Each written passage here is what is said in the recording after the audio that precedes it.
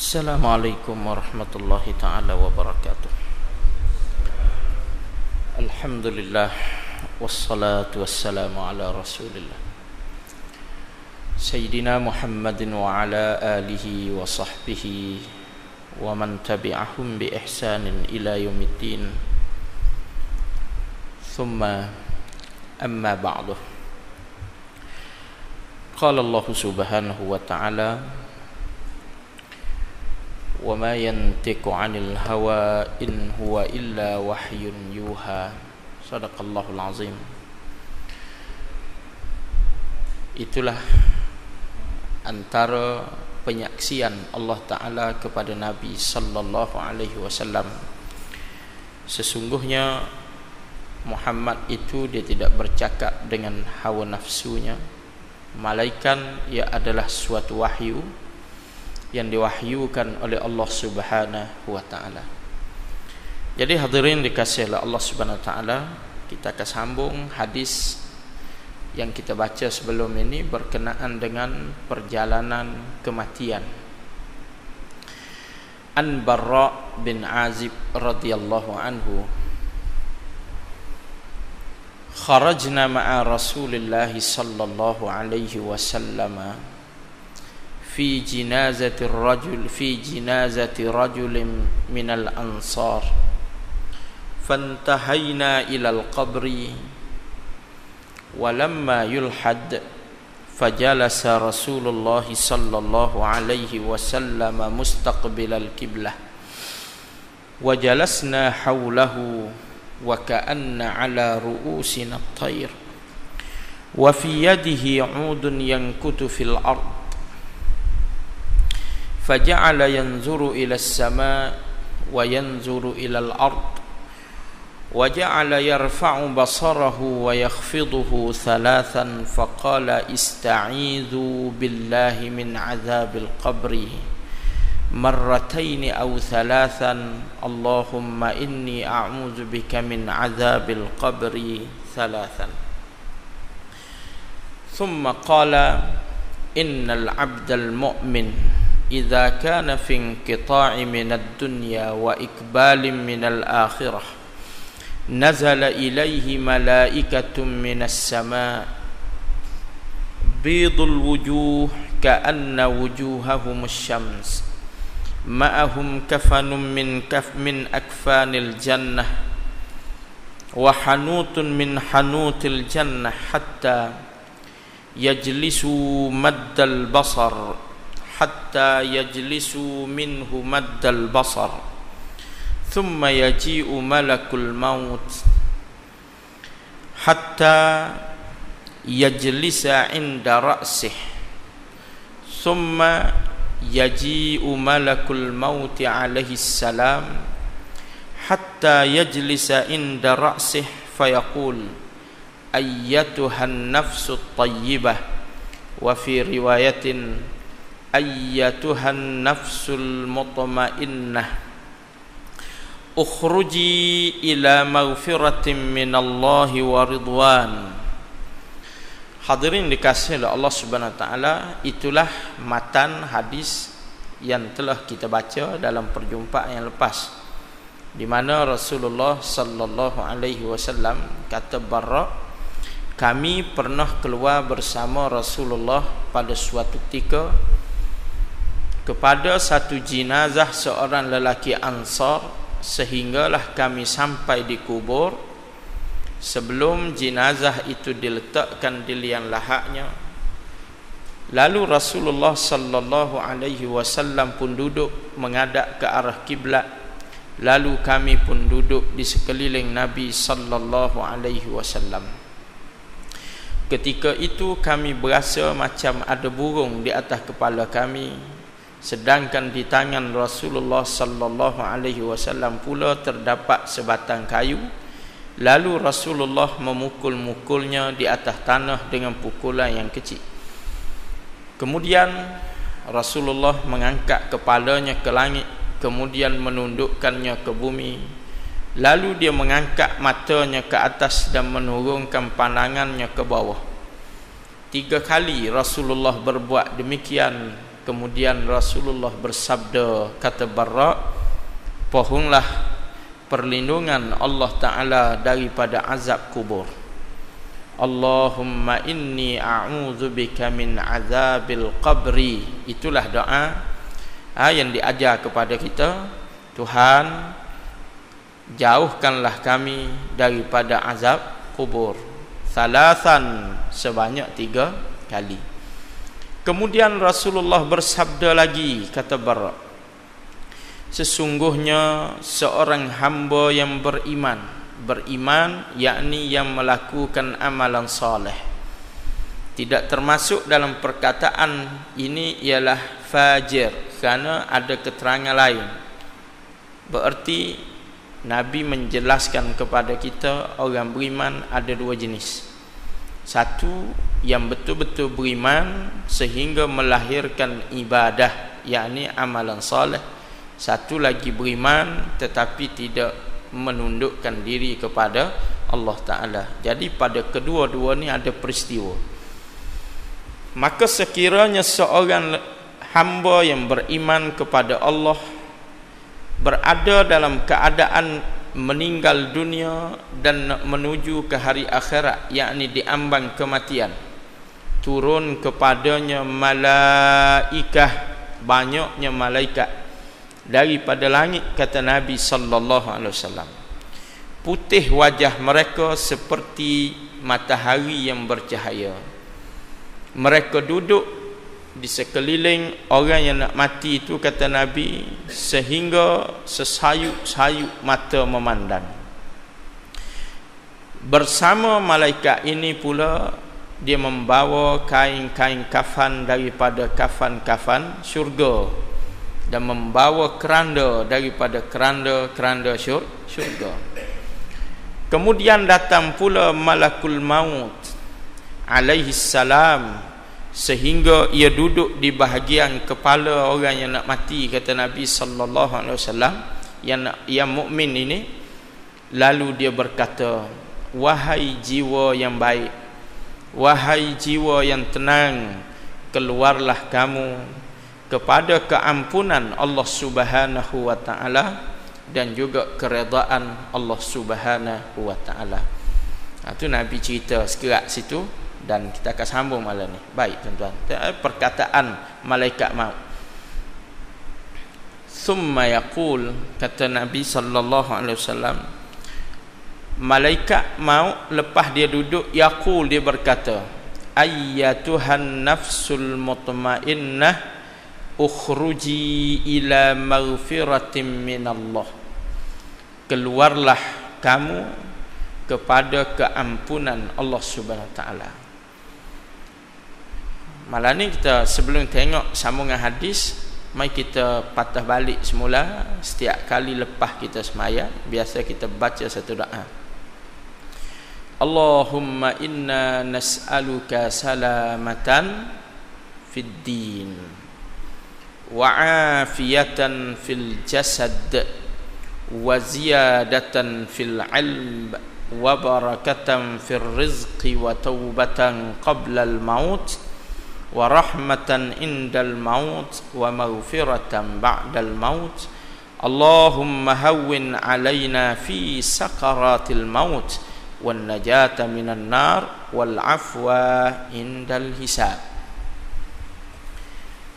Doa ni saya pernah dengar penjelasan menyatakan bahawa ini adalah khulasah kepada sekalian banyak doa.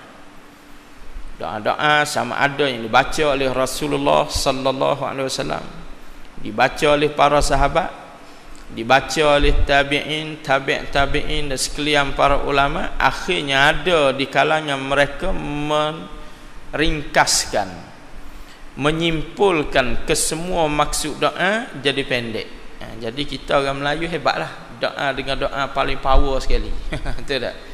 Allahumma inna nas'aluka salamatan fid din. Ya Allah, nas'aluka, sesungguhnya kami menadah tangan memohon kepadamu, salamatan, keselamatan, fid din, pada agama.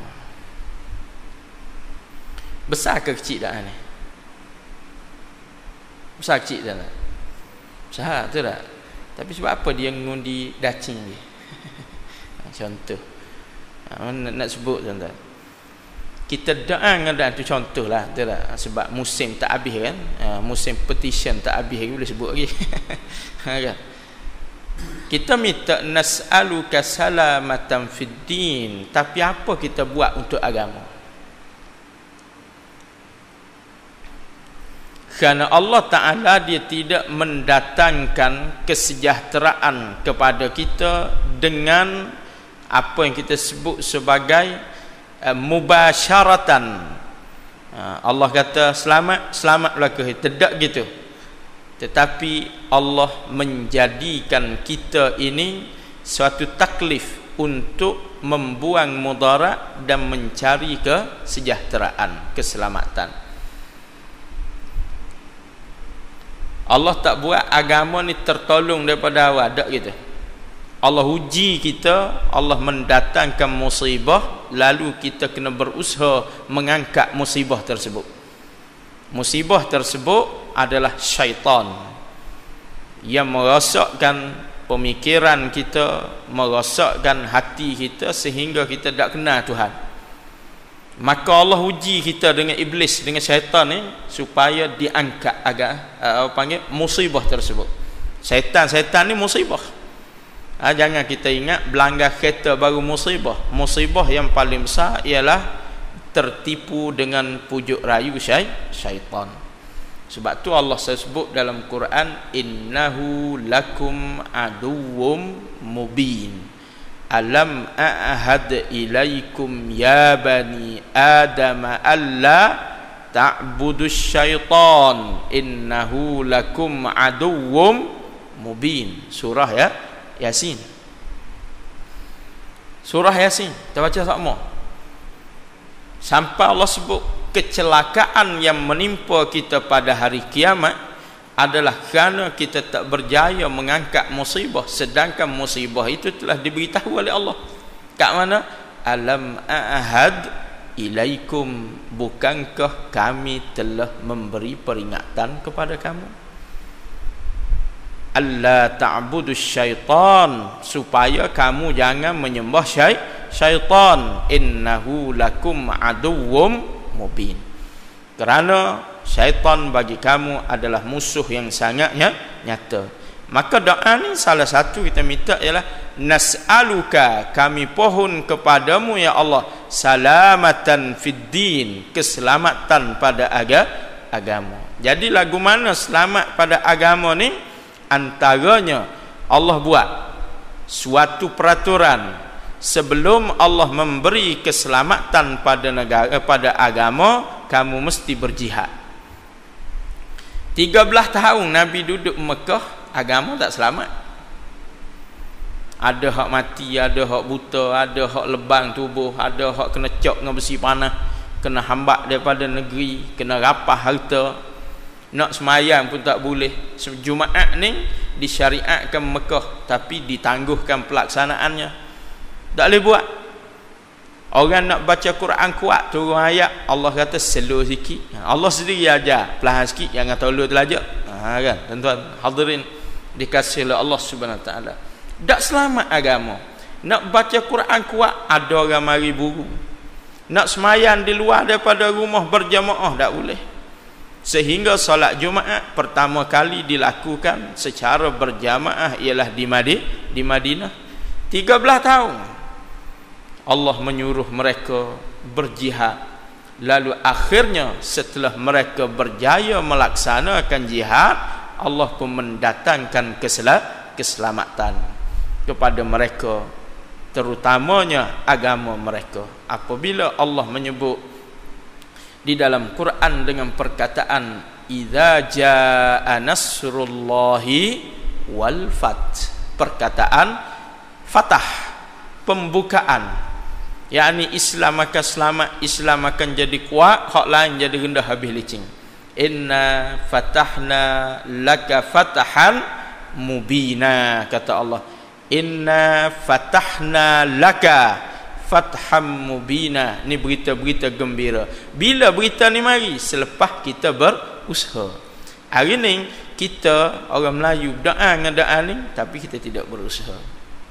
Betul tak?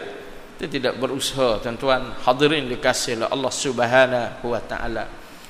Orang hadir dalam blackout 505 jauh lebih semangat daripada orang hadir kuliah maghrib. Betul tak betul? Kata betul. Ada malah jumpa seorang sahabat, dia guna mantik. Ada seorang pegawai tentera, penceng lah bekas. Kan ada sini bekas pegawai tentera. Ada kan? Orang sini ramai kan, dekat dengan panggil Subang punya TUDM ni kan. Jadi dia jumpa dengan orang ni, nak pergi mana? Nak pergi 505 blackout. Semangat bekas pegawai tentera. Lalu orang ni pun tanya dia, nak tanya satu soalan. Dalam kaedah tentera, kalau kita pergi perang, musuh ni dia beritahu tak kita berapa bom yang dia ada, yang dia nak lancar, kat mana dia pasang jerangkak sama, boleh faham? Lagu mana taktikal perang lah.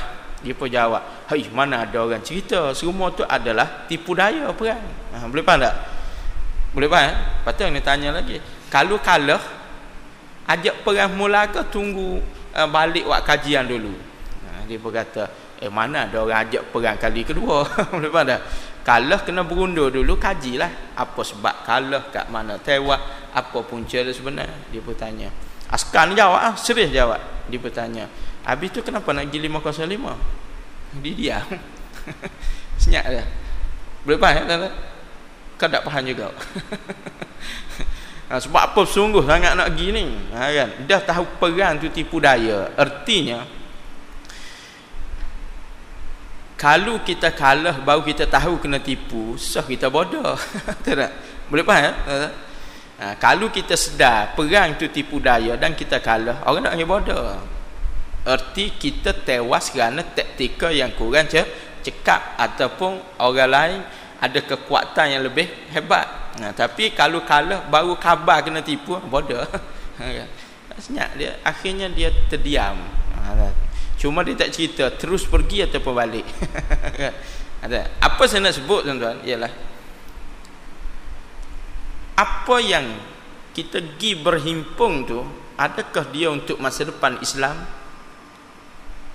Tak juga, betul kan? Tak juga. 505 matlamat dia Islam ke pun dah. Marahlah kau ni. Ni macam menentang PR-nya ni. Kan? Pelik kata saya WPR. Tiba-tiba hari penamaan calon jatuh W. PR. Jadi orang tengok, polis pun tengok, ui semangat betul. Kan? Semangat. Tuan-tuan hadirin dikasihi oleh Allah Subhanahu Wa Taala. Boleh saya nak ajak kita faham malam ni. Tapi kalau program agama kita mari tak seperti 505. Baik, hak maya garik tak nampak hari Jumaat. Persiapan kita mari untuk Jumaat kerana Jumaat adalah ijtima', betul kan? Sama tak dengan kehadiran kita 505? Sama tak? Tak sama, betul kan? Emosi kita berbeza, persiapan kita berbeza, apa kita nak buat berbeza. Ada orang pergi kat 505, tengah-tengah Anwar cakap dia tidur. Ada tak? Tak ada kan? Tapi tengah khutbah ada tak orang tidur? Contoh. Sebab apa nak sebut gini? Doa kita, Allahumma inna nas'aluka salamatan fid din. Sebab tu salah satu ayat dalam surah At-Taubah, kemenangan Islam tidak akan datang malaikat terlebih dahulu dipenuhkan syarat. Antaranya Allah sebut wa'adallahu alladhina amanu. Allah sebut dengan fa'il madhi, dengan lafaz past tense, nak memberitahu perkara itu muktamad.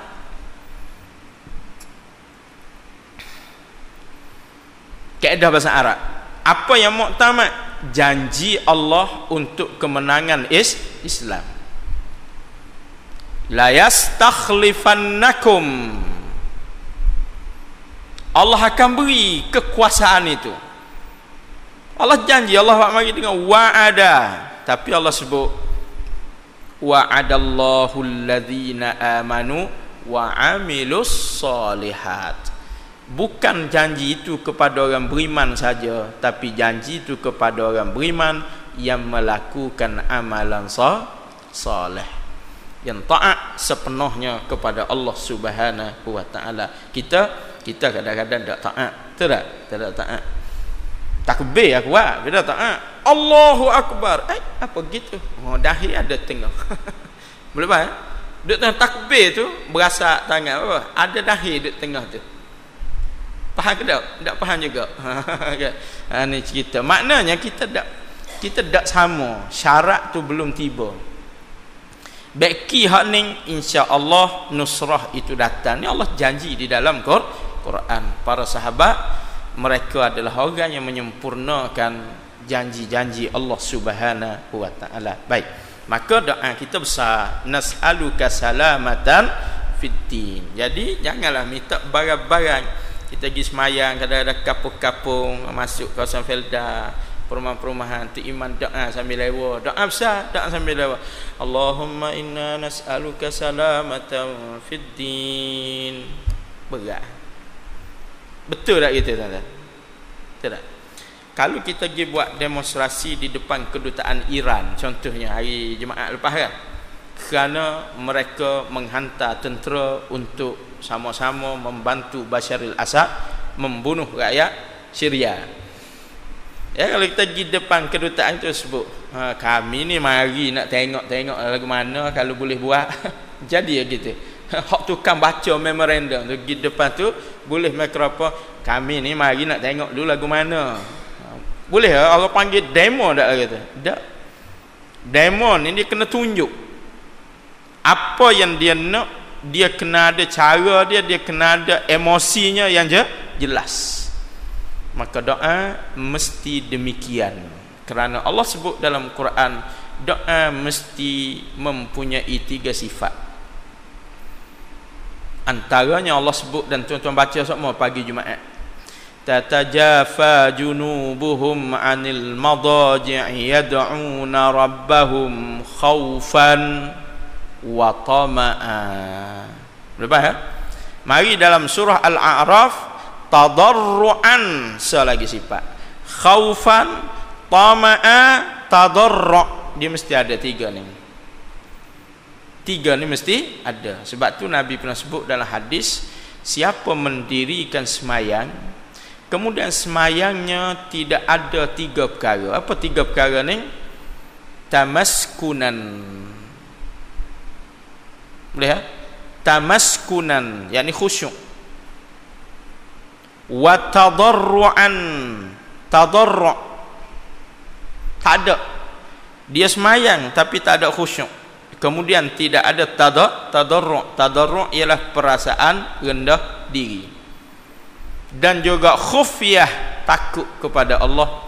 Maka kata Nabi, solatnya itu adalah tipu.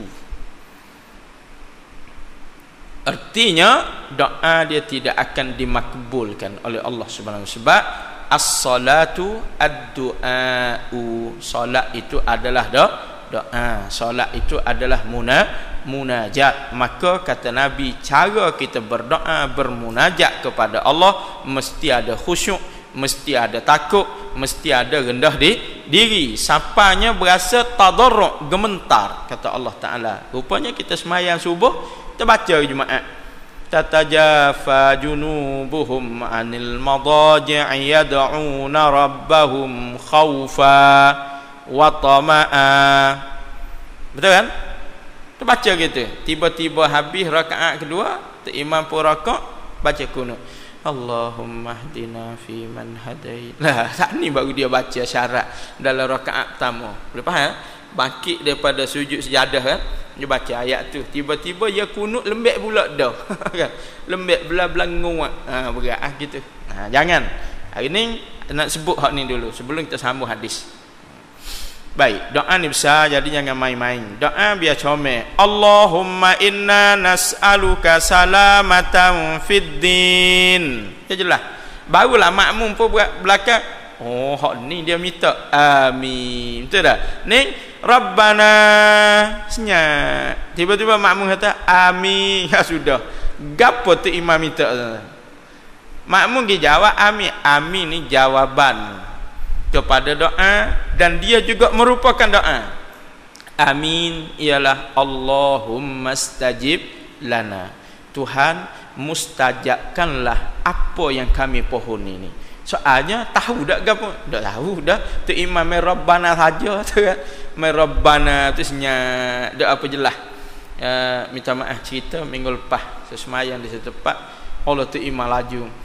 Alhamdulillahirabbil alamin hamdan wa fi ni'amika fi mazina balagha al-mulku kama yanbaghi li jalalika wa azimi sultanik radina billahi rabbil muslimin muhammadin nabiyya wa rasula Allahumma inna nas'aluka salamatan fi dunya wa afiyatan min jaddi wa jalatan fil mawarakatan fi rizqi wa tawbatan qabla al-maut. Sudah kerja kan. Orang Melayu dengar rap Arab faham ke? Dia baca doa macam rap bahasa laju berapa. Hak baca sepatah-sepatah tak faham dah, betul kan? Lagu mana hak jenis baca laju gitu. Faham ke tak? Orang mari baca Quran depan kita, contoh tu imam kan, masjid ni tu imam sedak-sedak, betul tak? Contoh. Baca tahqiq mari. Alif lam mim zalikal kitabu la raiba fihi hudal lil muttaqin. Tahqiq makna baca jelas, sebutir-sebutir kalimah. Siapa kita tahu beza, siapa kita berasa kalimah tu disebut. Bab bahasa Arab ni silap-silap kita tak tahu kat mana kalimah, betul kan? Bab dia sambung kan bacaan dia. Huruf-huruf yang akhir tu sambung huruf berikutnya. Tapi bila baca tahqiq kita tahu perkataan, macam kita jelas. Tapi faham kita belum tentu faham, bab bukan bahasa kita. Lagu mana kalau hak jenis mari baca senapah. Kau tak faham tu tak? Arab sendiri pun bengong dengar. Jangankan kita Melayu. Jadi kata ulama makruh berdoa demikian. Boleh tak? Makruh. Dan perkataan makruh itu sebenarnya berat di sisi para ulama. Cuma orang Melayu dua, betul tak? Bapa je makruh ya. Tidak, tu Melayu. Kenapa tak buat sunat ya? Ni ilmu orang Melayu Nusantara. Gilah mana-mana. Tagi tani sama, tagi Indonesia pun sama, tuan-tuan. Dia akan jawab gitu. Kenapa ni? Makruh ya. Kan? Makruh saja. Kalau tak mau buat sunat saja kan. Dia mari masuk masjid terus duduk. Aku bertanya, ji bukan kena semayang tahiyatul masjid? Kerana Nabi nak cerita beratnya tahiyatul masjid, Nabi pernah berhenti khutbah. Betul kan? Nak cerita tuntutan tu, siapa Nabi pernah berhenti khutbah? Nabi dengan khutbah ada sahabat masuk, duduk. Nabi berhenti khutbah. Lalu Nabi tukar topik kejap, cakap bab tahiyatul masjid. Tiba-tiba dia jawab, sunat ya. Sedap dia jawab, sunat ya. Nabi siapa berhenti khutbah tuan-tuan? Nak royak beratnya tahiyatul masjid. Dia jawab, lamba ya, sunat ya. Ini Nusantara. Kan? Cerita supaya kita ni jelas. Boleh ya? Saya sebut ni tuan-tuan mungkin berasa tu pun nak komen, tapi sebenarnya itulah yang berlaku. Sebab apa tegar? Sebab kita orang Melayu ada selagi sifat yang mulia, iaitu kita tak tegar masa hidup, mati baru nak tegar. Kan? Jadi saya tolong royak dulu malam ni. Tebal muka sikit, tebal muka lah. Mau ramai orang marah tu tak? Marah, orang marah. Menegar ni orang marah. Hadirin dikasihi Allah Subhanahu wa taala. Dia mari semayang laju jalan. Tiba-tiba dia duduk atas kursi, dia takbir, Allahu Akbar. Lalu tegar dalam kuliah. Semayang tu batal. Sebab qiyam adalah rukun daripada rukun semayang. Terus tak mari masjid, berasa hati. Pelik kan? Pelik tuan-tuan. Ni orang Melayu. Kan? Lepas tu masalah. Bila mati, Tok Iman tanya, baik tak ayat ni? Baik. Baik lagu mana? Bila Allah tegur tak mau dengar, jangan buat gitu. Kan? Lalu kita pun sebut tengah doa. Seperti Nabi cerita dalam doa ni, dalam hadis ni. Apa dah kita minta? Taubatan qablal maut. Kan nak suruh baca semua doa ni? Tak perlu kan? Kita tak tahu belaka tak? Ambil tengah ni. Taubatan qablal maut wa rahmatan indal maut. Rahmatan, hadis sedang kita baca sekarang. Hatta summa yaji'u malakul mauti hatta yajlisu inda ra'sihi fayaqul ayyatuhan nafsut tayyibah. Kan? Ini adalah natijah kepada doa kita, rahmatan indal maut. Mati ni berat. Kalau tak silap tuan-tuan, kita pernah tak baca hadis tentang sakratul maut? Pernah tak? Tak ingat? Tak pernah, insya-Allah akan datang kita akan baca satu hadis bagaimana Aisyah cerita Nabi berpeluh sehingga Nabi cebok air dalam bekas yang ada di tepinya ketika menghadap sakratul maut.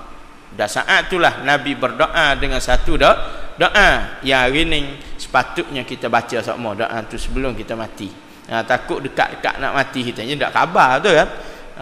Nabi ni dia sedar semua siapalah saat dia wafat. Jadi siapa nak wafat tu pun ada lagi doa yang warid daripada Nabi nak menggambarkan periknya sakratul maut. Tuan-tuan hadirin dikasihi Allah Subhanahu wa taala. Jadi Nabi cerita malaikat maut mari. Dia mari dengan dua keadaan, sama ada dengan rahmat atau dengan azab. Tu kita kena ingat. Dalam hadis ni mari sebut ayyatuhan nafsut tayyibah. Rupanya rahmat. Panggil pun molek dah. Betul kan? Tuan Haji silakan. Kan sedap dengar betul tak? Kita pergi back bawah kan. Haji sila ambil nasi. Kita baru ambil mari pula. Nambah lah. Baru cebok nasi nambah dah kan. Nak cerita dialu-alukan. Tiga kita masuk di baru tu. Natang di sini. Orang kemamang cakap rasa tu tak? Natang di sini. Lagu mana perasaan? Berat kan? Berat. Kita akan rasa dihina. Maka hadis ni cerita rahmat. Kat mana rahmat dia? Malaikat maut mari terus menyapa kita dengan ayyatuhan nafsu tayyibah. Panggilan yang paling comel, panggilan yang sangat-sangat kita harapkan.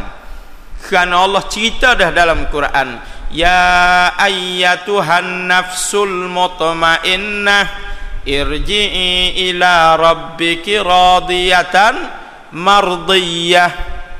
Betul kan? Kita baca dah. Jadi kita dah jumpa dah ayat yang menceritakan peristiwa tu. Lalu Nabi menceritakan pula saat berlakunya peristiwa tu. Bila kita ni mukmin, saleh, taat kepada Allah Subhanahu wa taala. Rupa-rupanya hak Nabi duk cerita ni hari-hari kita doa. Allahumma inna nas'aluka taubatan qablal maut. Tuhan, aku mohon taubat sebelum mati. Jangan tukar taubat lepas mati. Orang Melayu taubat lepas mati. Boleh tak? Taubatan qabla, rahmatan inda, maghfiratan ba'da. Taubat mesti sebelum mati. Kerana ketika mati Allah sudah tidak terima taubah. Masih ingat kan ayat 18 surah An-Nisa? Balik baca tuan-tuan.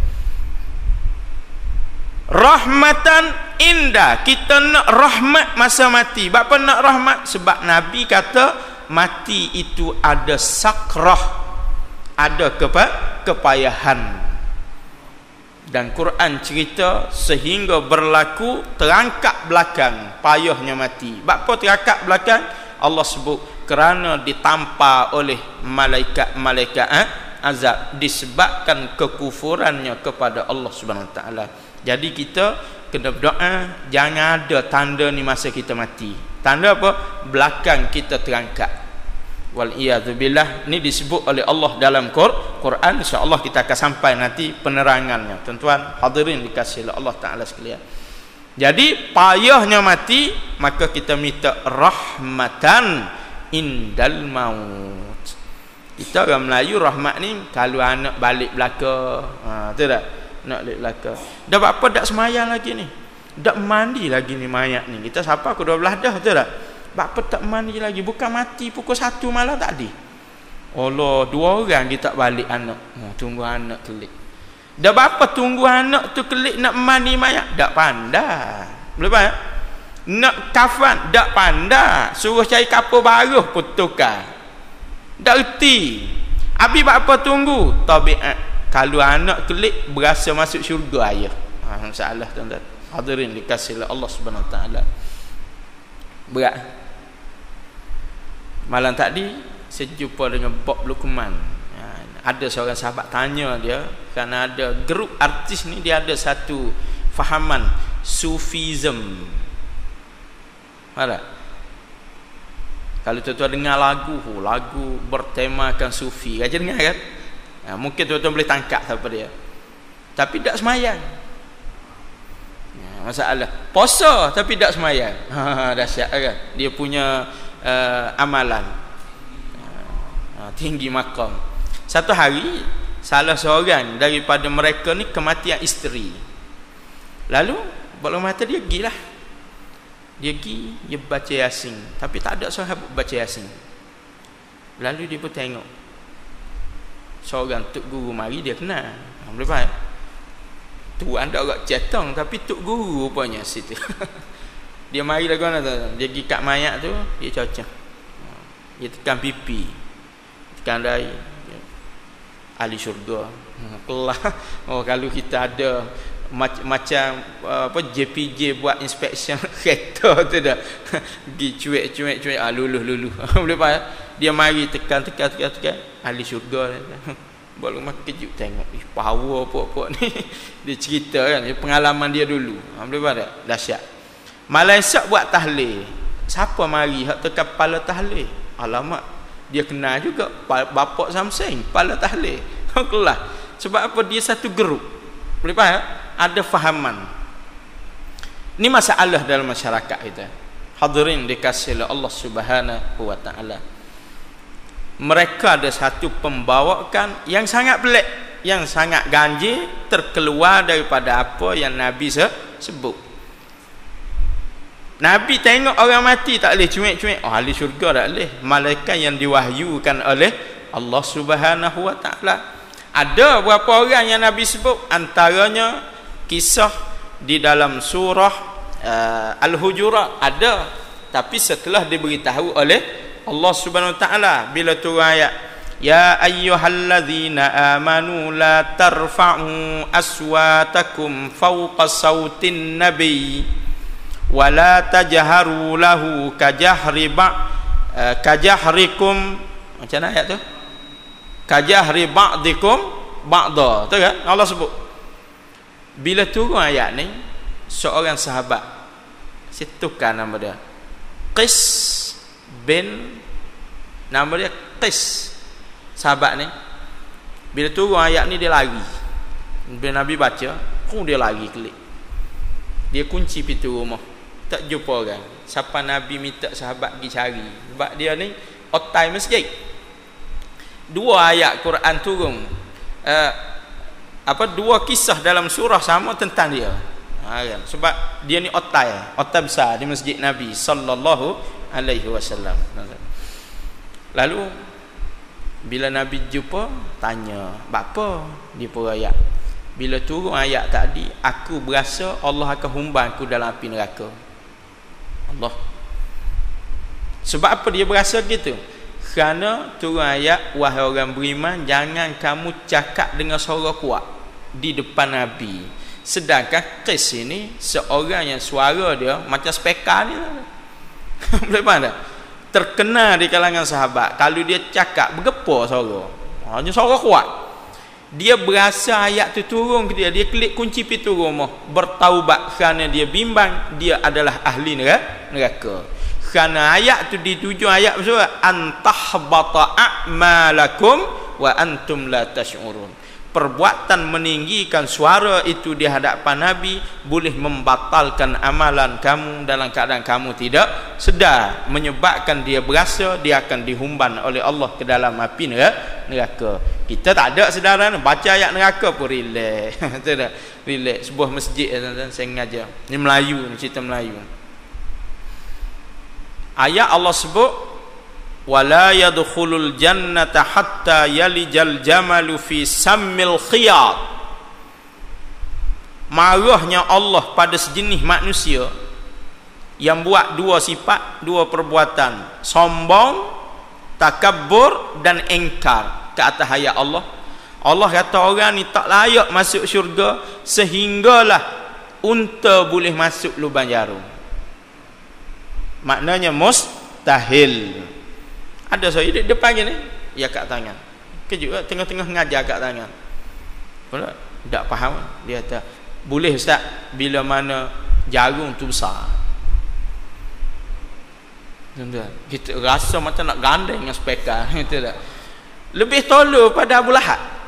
Bayangkan, Abu Lahab tak berani nak mencerca Nabi begitu. Betul kan? Tak berani. Dia setakat mendustai. Ni siap dia ubah balik kenyataan Tuhan. Bagaimana tuan-tuan? Ni cerita Melayu, bahaya Melayu ni tuan-tuan. Hadirin dikasihi Allah Subhanahu wa taala. Orang tolong royak je. Tiba-tiba gitu dia nyanyi balik. Dia kata boleh kalau jarum tu besar. Nasyak kan? Ni pengalaman tuan-tuan. Hadirin dikasihi Allah Subhanahu. Menarik lagi, tak ada pula orang sebelah-sebelah berasa nak marah. Kalau seorang takbir tengah-tengah mengajar, takbir, orang lain semua pakat tengok. Marah tu tak? Marah. Hak tadi habis ke tolong, tak ada orang marah. Sepatutnya orang sebelah khapam bagi selalu. Kan? Hak belakang pula bawa sepak putih atas belakang. Betul tak betul? Tidak relax dia. Dia boleh keluar esok boleh sembahyang, jadi power pula. Kan? Dengan segala sifat dia ada. Tapi kalau hak takbir, beres lalu tu kan. Masjid Kuning Bandar Baru siap kena bawa ke balai polis. Kisah apa? Tengah khutbah Jumaat sedap tu khatib khutbah. Dia pun takbir. Boleh faham? Kan memang Nabi ajar begitu. Bila kita dengar berita-berita agama, sunat kita takbir. Apa lagu tuan-tuan? Dibawa ke balai dan dituduh melakukan provokasi. Dahsyat. Ditubuh provok orang ramai dengan perkataan takbir. Wal iyadzubillah. Terbalik terbelah habislah masyarakat kita. Baik tuan-tuan. Rahmat ketika mati. Lagu mana rahmat ni? Nabi sebut dalam hadis ni. Rupa-rupanya hadis yang sedang kita belajar ni, kita telah pun bercakap tentangnya tiap-tiap hari. Wa maghfiratan ba'dal maut, dan keampunan sesudah mati. Batu doa orang mati paling simple Nabi ajar. Allahumma ighfir lahu warhamhu wa'afihi wa'fu anhu. Sah semayang, betul kan? Sah. Tak baca hak wa akrim nuzulahu wa wasi' madkhalahu, tak ada masalah apa. Itulah doa orang mati paling ringkas doa. Takbir lagi macam mana doa dia? Allahumma ighfir lana wa lahu. Macam mana? Lama tak jumpa orang mati. Allahumma la taftinna ba'dahu waghfir lana wa lahu. Betul kan? Pendek doa mati. Lepas tu wisalam. Lepas wisalam panik kita Melayu tu. Awak gapo pula? Betul. Lagu mana sunnah lepas wisalam? Ada khutbah, ada wirid. Kat kita ada wirid setengah tepat. Kan? Setengah tepat. Ada wirid tuan-tuan. Saya pernah semayang ni. Kan? Tapi tak boleh nak tegar lah. Benda tu benda yang tidak bercanggah dengan orang panggil maksud syarak. Boleh faham? Cumanya siapa doa? Apa pelik doa? Doa minta rezeki pula. Kawan tu mati kerah lah. Doa minta rezeki, tenteram rumah tangga. Bukan gitu. Doa rumah tangga dalam kubur Nabi ajar. Betul tak? Wa abdil darahu khairan min darihi wa zawjan khairan min zawjihi. Doa. Kan? Sebab tu kita tak boleh jahat sangat dengan isteri. Isteri tak boleh tolong dengan suami. Sebab bila mati 40 orang doa gitu. Tuhan, kau gantikanlah isteri yang lebih baik. Oh, dahsyat. Betul kan? Tapi isteri belakang relax, tak berasa apa-apa. Betul tak? Tak berasa apa-apa. Ni tuan-tuan, doa. Kan? Begitu juga tukar suami yang lebih baik. Baik. Jadi tu doa kita baca sama tiap-tiap kali lepas semayang. Saya tekan yang pertama tadi sebab paling besar. Apa benda? Nas'aluka salamatan fiddin. Belok hak ni neraka habis kita. Belok hak nombor 1, maka dak sah doa hak nombor 2. Dak pakai bilicin. Kerana Allah tidak makbulkan doa orang yang tak betul atas petunjuk Allah Subhanahu wa taala. Sebab tu yang pertama tadi saya tekankan sikit. Hadirin dikasihi Allah Subhanahu wa taala. Kemudian katanya qala, Nabi bersabda lagi, fatakhruju tasilu kama tasilul qatratu min fis siqa fayakhudhuha wa fi riwayatin hatta idza kharajat ruhuhu salla alaihi kullu malakin bainas samai wal ard wa kullu malakin fis samai wa futihat lahu abwabus sama laisa min ahli babin illa wa hum yad'una Allah an yu'raja biruhihi min qibalihim fa idza akhadhaha lam yad'uha fi yadihi tarfata 'ain hatta ya'khudhuha fayaj'aluha fi dhalikal kafan wa fi dhalikal hanut fadzalika qauluhu ta'ala tawaffat rusuluna wa hum la yufarritun wa yakhruju minha ka'atyabi nafhati miskin wa wujidat ala wajhil ard. Kata Nabi sallallahu alaihi wasallam lagi kepada kita, lalu sesudah itu fatakhruju tasilu kama tasilu qatratu min fis siqa. Setelah malakul maut seru, ayyatuhan nafsul mutmainnah ukhruji ila maghfiratin minallah wa ridwan. Kata Nabi, maka fatakhruju, keluarlah ruh pada waktu itu dengan rahmat daripada Allah Subhanahu wa taala. Tasilu kama tasilu qatratu min fis siqa. Ruh itu keluar, kata Nabi, seperti mana air yang keluar daripada muncung kendi. Orang puan fahamlah, betul kan? Kita cuah itu bukan masa memecak bukan. Memecak dan memecak. Tak tahu. Suami balik lambat sore, memecak. Betul tak? Janji nak balik tengok berita pukul 11 bersama. Lepas ya? Pukul 12 tak klik lagi. Pukul 1 baru klik. Klik air segelah. Boleh faham ya? Lagu mana cuah air masa tu? Reda kan marah sikit-sikit. Marah tu tak? Orang Kelantan panggil memecak. Masa memecak tu ngecik air. Boleh tak? Dia tak tubik comel. Masa mana cuah ni? Masa reda. Masa kita reda, kita cuah air.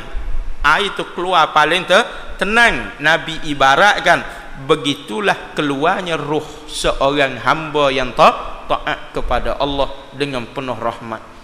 Doalah kepada Allah. Saat itu adalah saat kita. Boleh faham ya? Lahazah itu adalah lahazah kita. Ketika itu, detik itu, kitalah yang sedang dibicarakan oleh Rasulullah sallallahu alaihi wasallam. Tuan-tuan hadirin dikasihi Allah, ukirlah sedikit senyum kerana ni berita Nabi sallallahu alaihi wasallam. Ni kita senyum bila Tan Sri Khalid beritahu exco sekian orang senyum, betul tak? Bila Nabi cerita gini, senyap masa puri kata kan, betul tak? Ni masalah itu, ni berita mulia. Sebaik-baik manusia, khairul anam, sadiqul masduq, yang menyampaikan berita kepada kita, tuan-tuan. Berita apa ni? Berita ghaib. Menteri besar tak tahu benda ghaib. Dia pernah cerita, saya tak tahu mengapa orang datang ke rumah saya. Yang saya faham, dia cerita dia kenal rumah saya, dia kenal mak saya, tapi saya tak tahu mengapa dia datang. Dia tak tahu, betul tak? Khalid datang Sri Khalid kata dia tak faham politik. Siapa pukul 2, pukul 3 orang mari ziarah lagi rumah dia. Dulu mapuh tak mari. Betul tak? Boleh faham tak? Dia mari pula dia cerita, saya kenal Mak Tan Sri. Boleh faham tak? Saya kenal rumah Mak Tan Sri. Apa kaitan lah? Kalau mari cerita longkang ujung sana tersumbat, ingat Tan Sri, Allah Ta'ala akan bersoal pada hari akhirat. Munasabah tu dah. Ni meraya, saya kenal Mak Tan Sri. Boleh faham? Jadi Tan Sri Khalid, saya pun tak faham. Maknanya dia tak tahu apa tersirat dalam hati. Nabi memberitahu perkara gaib setelah diberitahu oleh Allah Subhanahu wa taala. Tuan-tuan yang dikasihi oleh Allah Subhanahu wa taala. Baik, saya tinggal tadi tentang qis mula, patah balik sikit boleh Lalu bila dia kata dia tak mampu masuk syurga Allah kerana Allah turun ayat ni pada dia, Nabi jawab apa? Wahai Qais, sesungguhnya Allah tidak menurunkan ayat ini kerana kamu. Bukan mung asbabun nuzul ayat ni. Boleh faham ya? Asbabun nuzul ayat ni orang lain. Siapa dia? Abu Bakar dengan Umar radhiyallahu anhu. Abu Bakar dengan Umar bila dengar ayat ni turun, dia berjebak menangis. Nangis lalu. Takut kepada Allah Subhanahu wa taala. Sebab apa turun ayat ni? Abu Bakar balah dengan Sayyidina Umar, berbincang tentang isu perlantikan ketua. Cerita pilihan raya rupanya. Kan? Bani Tamim perlu pada ketua. Sayyidina Umar dengan Abu Bakar bergaduh, siapa layak jadi ketua Bani Tamim. Boleh faham ya? Sehingga naik suara. Biasalah orang Arab, betul tak? Haji raja dengar orang Arab cakap. Kan?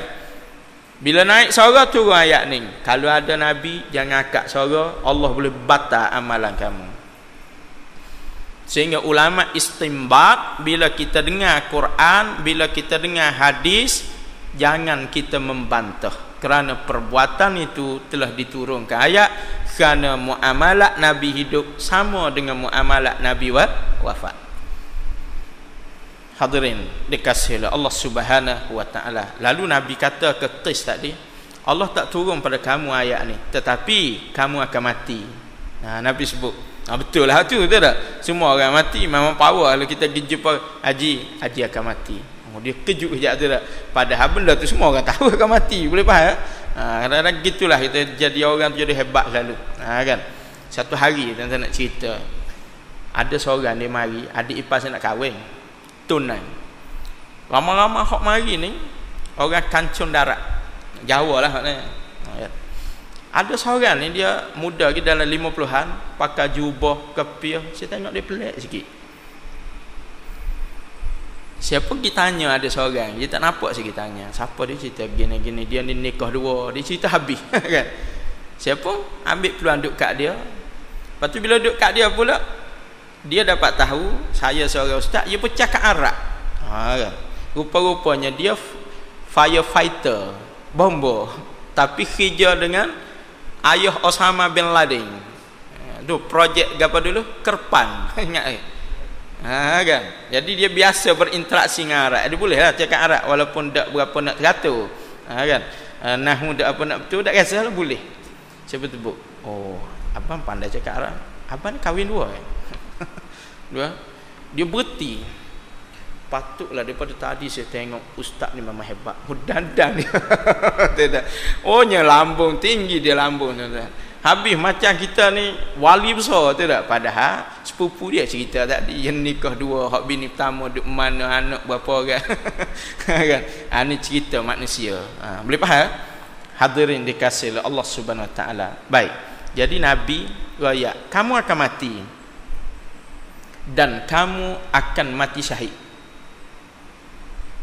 Boleh faham? Nabi sebut. Jadi ada juga perkara gaib yang Nabi tahu tapi diberitahu oleh Allah Subhanahu wa taala. Bukan sebab Nabi itu semata-mata dia Nabi, dia tahu perkara itu. Biiznillah, dengan izin daripada Allah Subhanahu wa taala. Kalau Nabi itu tahu dengan sebab dia Nabi semata-mata, orang Mekah tak ada nak nipu Nabi dalam peristiwa Isra' dan Mi'raj.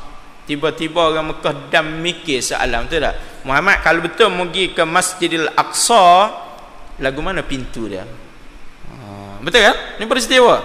Sudah Nabi bangun, dia nak jawab. Sebab Nabi pergi semayang 2 rakaat. Semayang Nabi tak macam kita, betul kan? Kita pergi semayang Masjidil Haram. Boleh tak? Duduk Mekah tu. Siapa dah berita sini? WhatsApp dah gambar solat depan Kaabah. Maknanya kita pergi ibadat tu banyak campuran, betul tak? Kan? Ingat habis Hijaz Ismail duduk sebelah mana, betul kan? Nabi tak ingat, sebab Nabi pergi dalam peristiwa Allah perjalankan dia. kan? Tak ada nak mikir-mikir shopping-shopping, tak ada lah. Nampak tak? Nak tengok-tengok, tak ada. Nabi tak boleh jawab. Betul tak? Nabi tak boleh jawab. Sehingga mendatangkan cemas kepada Nabi sallallahu alaihi wasallam. Sebab Nabi tergambar dah esok. Boleh tak? Apa Nabi gambar esok? Apa kata New Straits Times?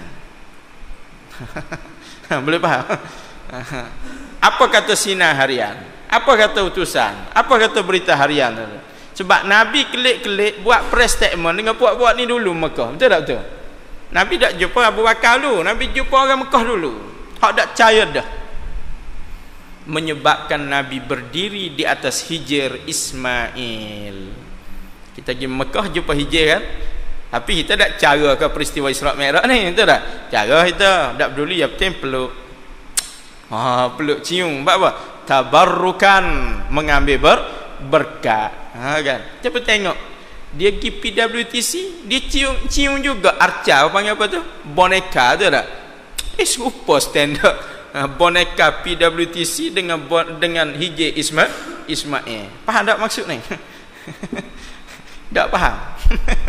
Kan? Tabarruk belaka, pergi PWTC pun tabarruk, pergi Mekah pun tabarruk. Punah gitu.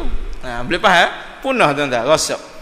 Cerita besar dia. Apa dia? Nabi tak boleh jawab soalan orang Mekah. Maka Nabi terbayang esok ramai akan murtad. Nabi terbayang lalu apa akan berlaku esok. Kita tak pernah terbayang. Mari saya tengok, ramai ni jah tua-tua belaka. Apa berlaku esok? Tak bayang, betul kan? Tak bayang. Itu tak bayang gitu. Nabi terbayang esok. Lalu Nabi berdiri atas hijir Ismail, lalu Nabi bermunajat kepada Allah Subhanahu Wa Taala. Imam Bukhari meriwayatkan hadis ni, cerita masa itulah Allah mengilhamkan. Artinya semata-mata Nabi tak tahu. Tetapi diberitahu baru Nabi boleh beritahu. Sebab tu nama dia Nabiyun. Apa maksud Nabi? Yang membawa berita daripada Allah Subhanahu Wa Taala. Kalau Allah tak rayak, tak tahu Nabi. Jadi kes tadi bin Thabit, Nabi kata kamu akan mati dan kamu akan mati syahid. Dan apa yang berlaku betul sungguh. Kes akhirnya mati dalam peperangan Yamamah, mendapat syahid yang dijanjikan oleh Rasulullah sallallahu alaihi wasallam. Nabi janji dia, dan kamu dimasukkan oleh Allah ke dalam syurga. Lalu bila berlaku perang Yamamah, tragis tuan-tuan. Bila mati kes, Sayyidina Abu Bakar bermimpi. Kes ni dia mati ada hutang. Orang hutang boleh masuk syurga tak? Tak boleh, betul kan? Nabi janji masuk syurga. Abu Bakar mimpi jumpa dengan kes. Dia kata masa aku mati, aku tinggal satu perisai. Dia buat perisai, dia pegang kan? Dar'un, perisai. Dan aku memiliki hutang, tetapi ada orang telah ambil perisai aku. Tolonglah pergi cari dia, ambil balik, jual, dan harganya itu membayar hutangku. Boleh ya? Inilah disebut dalam sejarah pertama kali Sayyidina Abu Bakar melaksanakan mimpinya. Dia pergi cari orang dimaksudkan, jumpa sungguh. Betapa hebatnya janji Rasulullah sallallahu alaihi wasallam, sadiqul masduq. Maka ni pun berita yang Nabi sampaikan setelah diberitahu oleh Allah Taala, wa ma yantiqu anil hawa in huwa illa wahyun yuha. Tapi peliknya orang masih ikut Nabi Harun. Nabi Harun, Nabi Melayu tu, betul tak? Kena J berapa tahun? 5. Apa? Bukan kau hak baru apa? Tuhan Harun, bukan Nabi Harun. Tuhan Harun, power tu tak? Kan? Kena J dia. Tapi orang tak tangkap ketua bahagian. Lebih kurang, betul tak? Kan tak serupa. Kan? Hak tu lagi power, hak Tuhan suruh dia tak mau buat. Lagi power, betul tak? Siapa Tuhan akan tanya akhirat lagi? Siapa Tuhan bersama Allah Subhanahu Wa Taala? Di atas dunia Tuhan tanya kita, a ilahun ma Allah? Apakah kamu berasa ada lagi Tuhan yang sama kuat dengan Allah Ta'ala? Nak jawab apa itu? Tapi itulah yang kita buat hari-hari. Baik. Maka keluarlah roh itu seperti air yang keluar daripada muncung teka, kata Nabi sallallahu alaihi wasallam, fayakhudhuhu, lalu diambil roh itu. Malaikat tadi pun ambil roh yang keluar tadi, fayakhudhuha, diambil roh itu. Dalam riwayat lain menyebut hatta idza kharajat ruhuhu shalla alaihi kullu malakin bainas samai wal ard. Allah, tuan-tuan, apabila keluar saja ruh itu, dalam riwayat lain sebut, maka shalla alaihi kullu malakin, bersalawatlah kepada ruh tadi. Makna mulialah orang yang mati, kerana ruhnya dimuliakan, diucap selawat ke atasnya oleh setiap malaikat yang ada di langit dan juga ada di bumi. Allah, berapa ramai hak ada langit bumi dah hak turun tu. Nabi kata hatta yajlisu minhu maddal basar, sesayuk-sayuk mata memandang. Ning kulla, Allah sebut dengan kulla malakin. Apa nak terjemah? Every single. Boleh tak?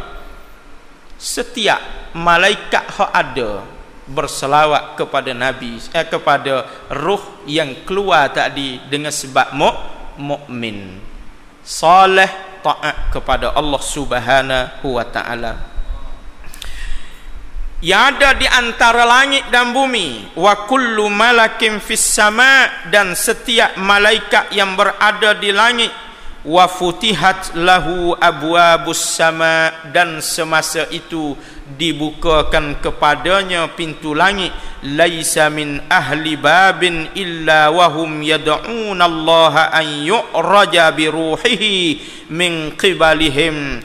Kata Nabi sallallahu alaihi wasallam lagi, lalu dibuka pintu langit kepadanya, dan setiap kali dibuka pintu langit tidak berlaku malaikat.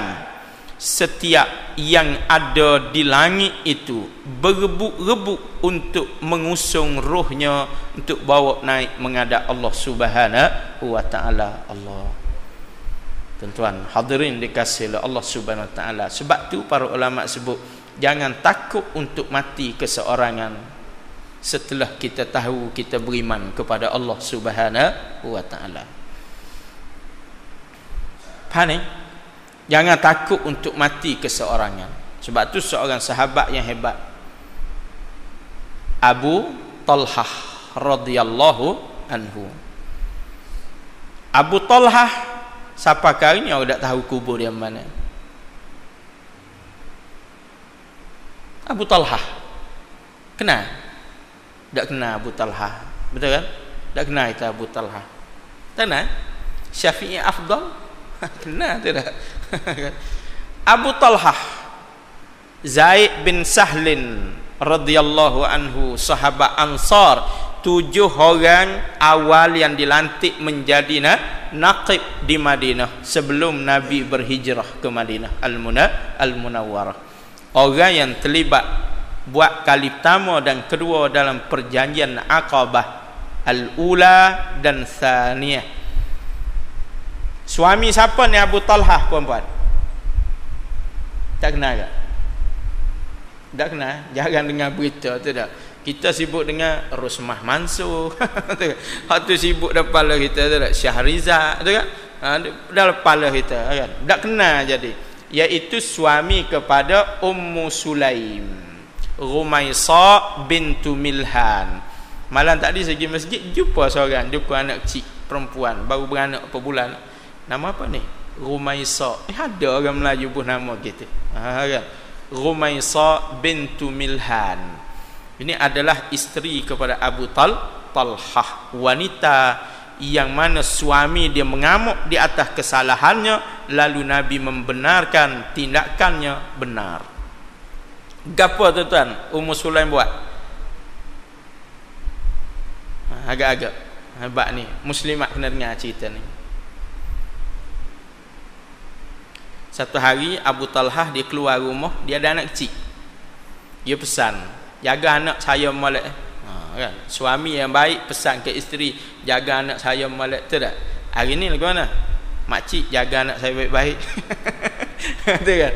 Bukan mak jaga anak, betul tak? Mak cik, betul kan? Ya pak. Kan? Tak mari mana-mana. Betul tak betul? Ni hadirin, dah tukar habis kita. Baik. Jadi isteri jaga, dalam jagaannya mati. Si anak tadi mati. Kalau kita anak mati besar tak? Besar. Betul kan? Bos syarikat Cina hak payah nak pergi sembahyang Jumaat pun izin cuti serta-merta sebab anak mati. Minta sembahyang Jumaat mampu dak hari. Betul kan? Dak hari. Saya nak tanya soalan 4 tahun dah dak sembahyang Jumaat, apa bos tak hari? Boleh faham ya? Tapi kalau anak sakit mati beri tak? Beri sebab mati ni besar kita. Sebab tu orang Melayu ziarah kematian ramai, betul tak? Masa hidup tak ramai ziarah, ke ramai? Tak ramai, masa mati pun ramai mari belakang hak tak aja tengok muka. Dengar orang umum, lorong 28/7 kematian. Habis pakat gi. Masa hidup pernah tak gi? Dan tak pernah pula orang umum. Malam ni kita ziarah rumah nombor 27/3. Tak pernah berlaku, tak? Tak pernah berlaku. Hadirin, kecuali ada tahlil doa selamat gi pula. Bab apa? Ada tupak naik bak semua sekali. Kan? Baik. Mati. Kemudian balik Abu Talhah. Apa tanggungjawab isteri kepulangan suami dari musafir? Melayan, betul kan?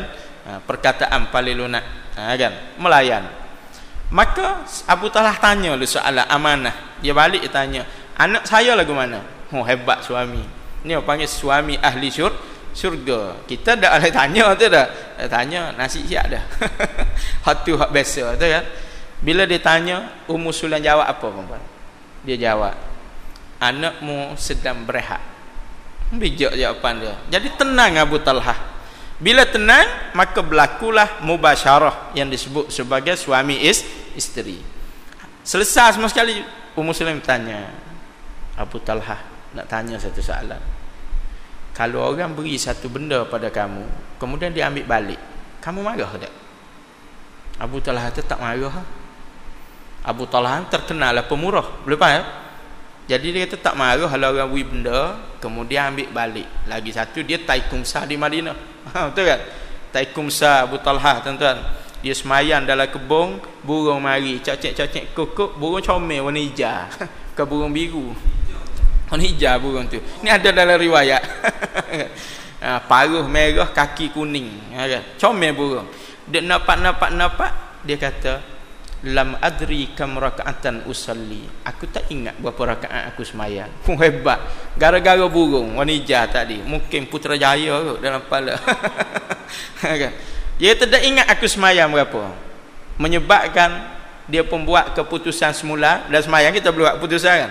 Dia sempurnakan solat, dia pergi jumpa Nabi. Ya Rasulullah, aku semayang tadi burung mari dalam kebunku, nampak kukuk-kukuk, aku lupa semayang aku. Maka ambillah kebunku ini sebagai kafarah, aku infakkan kepada Islam ya Rasulullah. Kita pernah buat gitu. Orang azan dah duk basuh muka lagi. Tak pernah mari jumpa bendahari, ambillah muka saya. Tak pernah tu dah, mampu tak bagi. Tak bagi kita ni. Tengok ni Abu Talhah. Baik tuan-tuan. Jadi bab tu dia jawab comel. Bila bini dia tanya, marah tak kalau orang ambil mula? Tak marah dia. Ummu Sulaim pun jawab, kalau begitu aku nak beritahu, anakmu sebenarnya mati dah tadi. Isteri kita boleh cakap gitu tak kalau anak mati? Tak boleh tu kan? Lambat klik mesej tubi-tubi mari. Betul tak? Tubi-tubi mari tuan-tuan. Ini keadaan bini Abu Talhah, ini Ummu Sulaim. Dengar berita tu, Abu Talhah mengamuk dia. Kan? Bahasa macam-macam lah. Dia kata dia pun bawa bini pergi jumpa Nabi sallallahu alaihi wasallam. Dia marah isteri dia depan Nabi. Apa Nabi jawab? Ummu Sulaim benar tindakannya, hebat wanita ni. Dan ada riwayat mengatakan inilah wanita yang Nabi pernah dengar tapak kakinya dalam syurga sebelum wafat dia. Allah. Ummu Sulaim, Rumaisah bintu Milhan. Jadi Abu Talhah ni akhirnya umur dia tua, tuan-tuan. Zaman Sayyidina Osman dilaungkan satu seruan jihad. Dalam keadaan tua dan uzur, dia pun bersiap untuk pergi perang. Allah. Sedangkan orang uzur telah terlepas daripada panggil apa dia ni, tanggungjawab perang. Menyebabkan anak-anak dia yang soleh pun mari mengadu, ayah lu perang jak zaman Nabi lagi. Zaman Sayyidina Umar, Abu Bakar, ayah perang. Zaman Sayyidina Osman, ayah perang. Sekarang ni ayah tua, uzur. Biarlah ayah berehat, kami ganti tempat ayah. Anak kita lagi mana? Ayah dah ayah pergi lah, saya pun tak pergi. Tu anak kita, betul tak? Memang solution memang A punya. Kan? Tu anak kita. Hak kita doa, Allahumma hablana min azwajina wa zurriyatina qurrata a'yun. Rupanya tak jadi qurrata a'yun, dia jadi qurrata satu Malaysia. Kan? Ni tuan-tuan, hadirin dikasihi oleh Allah Subhanahu Wa Taala. Abu Talhah jawab pada anak dia. Muraja dengar ada Allah berfirman dalam Quran. Tu power ke zaman dulu cakap, betul kan? Anak dia termangulah dengar Allah sebut, infiru khifafan wa thiqala, surah At-Taubah. Bukankah Allah kata bergeraklah kamu khifafan wa thiqala? Maksud dia ialah tua ataupun muda. Adakah aku tua, aku terkecuali? Sedangkan Allah kata infiru, itu perintah, khifafan wa thiqala. Anak dia tak boleh kata apa, tuan-tuan. Dia pun persiapkan pakaian perang dan berperang. Dalam perjalanan dia wafat di atas kapal. Orang nak pergi perang, dia mati, nak lagu mana?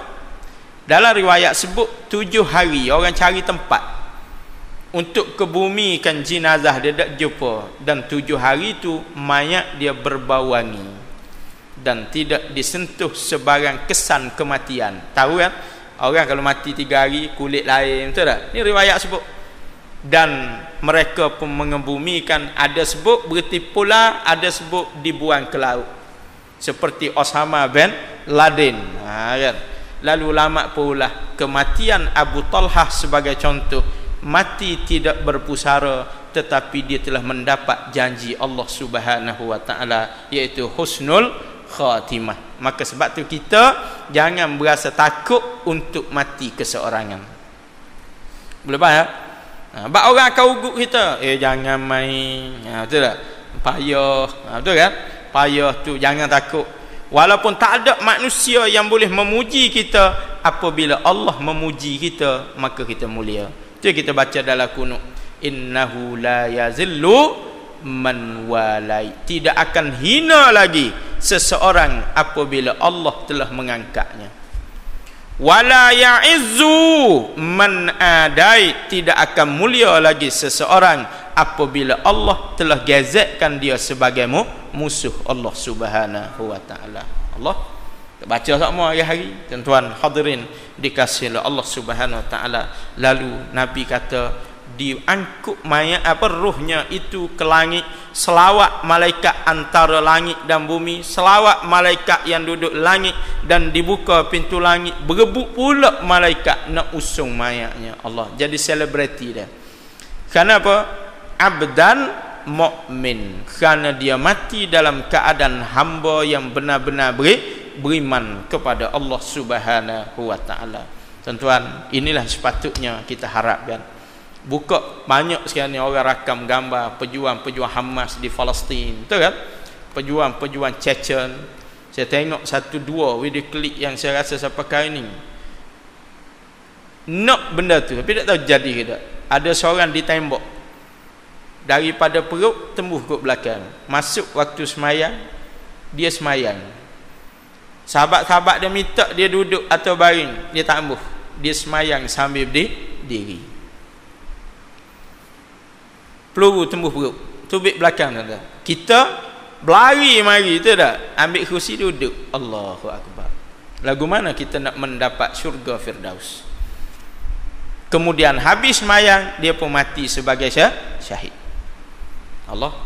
Seorang lagi ni hak baru dalam tahun 2000 berapa ni, baru berlaku. Dia ditembak dan sahabat dia orang perang ni dia tahu keadaan sama ada boleh hidup ataupun kebiasaan akan mati. Mata dia tak boleh celak dah tuan-tuan, tetapi mulutnya masih bercakap tentang jihad dan harapan untuk mati syahid. Mayat pula dah, dia duduk dalam keadaan terbaring, mata tak boleh nak celak dah kerana terlalu parah, mulut cakap tentang benda-benda mulia dan sahabat-sahabat menggali kubur di sebelahnya. Allah, hebat kan? Duduk di tepi kubur dalam keadaan bermuhasabah diri, kemudian habis saja kubur digali dan disempat menunaikan solat, dia pun wafat sebagai syahid, dikebumikan di situ. Kita ke mana kita? Balah pula nak tanam mana kubur hak dekat. Balah pula dua isteri nak alik kampung mana nikah. Kan? Mayat nak kelik kampung mana, balah pula bini.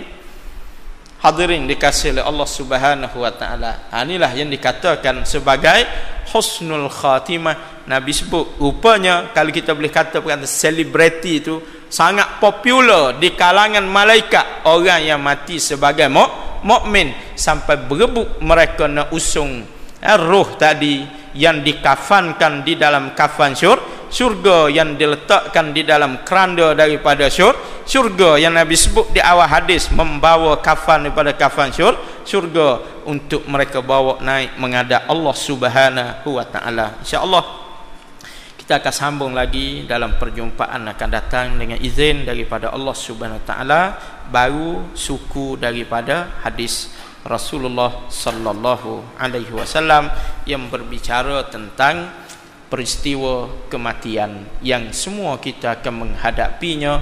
Jadi mudah-mudahan berita yang sedang kita baca ni adalah berita gembira yang disampaikan oleh seorang nabi yang kita muliakan dan kita beriman dengannya.